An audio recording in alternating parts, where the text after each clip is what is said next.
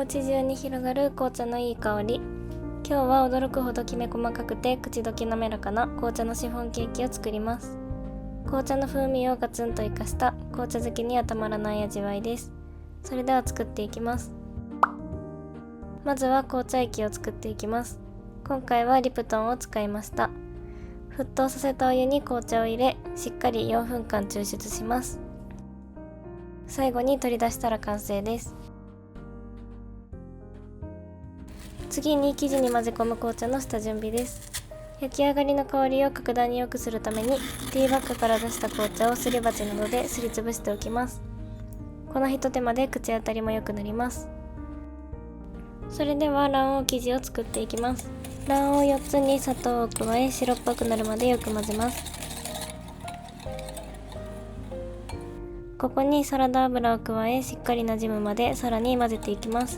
泡立て器の跡が数秒残り、とろんとした状態になれば、これが入荷の合図です。シフォンケーキを大成功させるためのすごく大事なポイントです。ここに最初に抽出した紅茶液を加えて全体をなじませます。続いて薄力粉をふるい入れ、すりつぶした紅茶を投入します。ぐるぐると粉っぽさがなくなるまでしっかり混ぜ合わせます。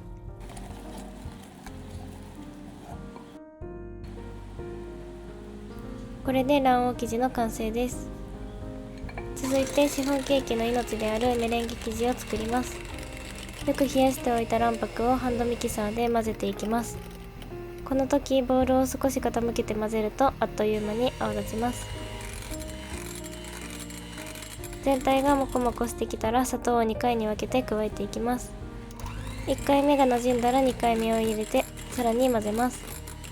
メレンゲを力強くしっかりと泡立ててあげることがよく膨らむふわふわなシフォンケーキにする秘訣です。角がピンと立つまで混ぜてください。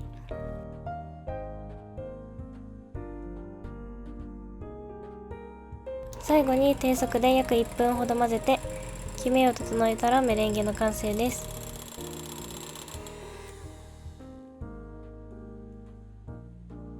では卵黄生地とメレンゲを合わせていきます。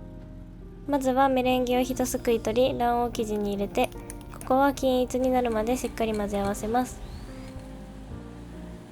馴染んだらこの生地をメレンゲのボウルへ一気に戻します。ここからはホイッパーの出番です。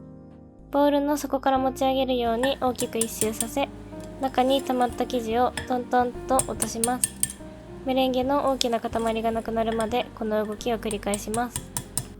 シフォンケーキを焼いたら大きな空洞ができて失敗したということありませんか？実はこれメレンゲの塊が残ったまま焼いてしまうのが主な原因なんです。ホイッパーを使って大きく混ぜることでメレンゲを潰さずに塊だけをきれいに消すことができます。仕上げにゴムベラに持ち替えて5回ほど優しく切り混ぜます。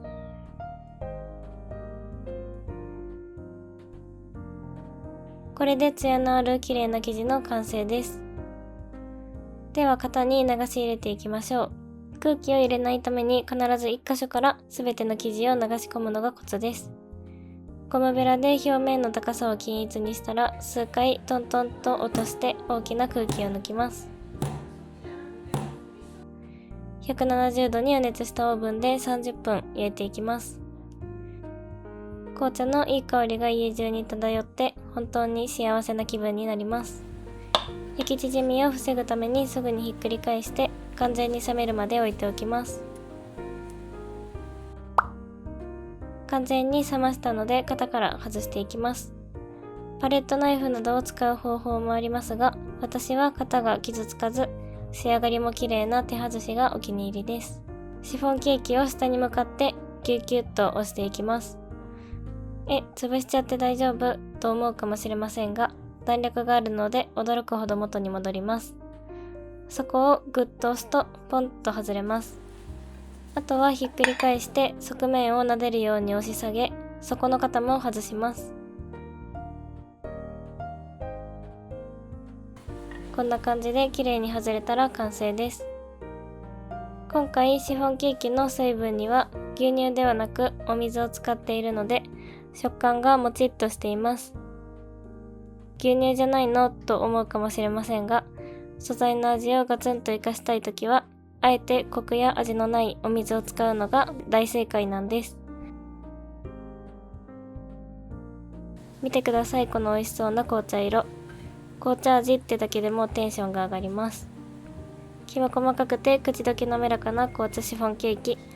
プレーンとほとんど変わらない作り方でできるので、ぜひ作ってみてください。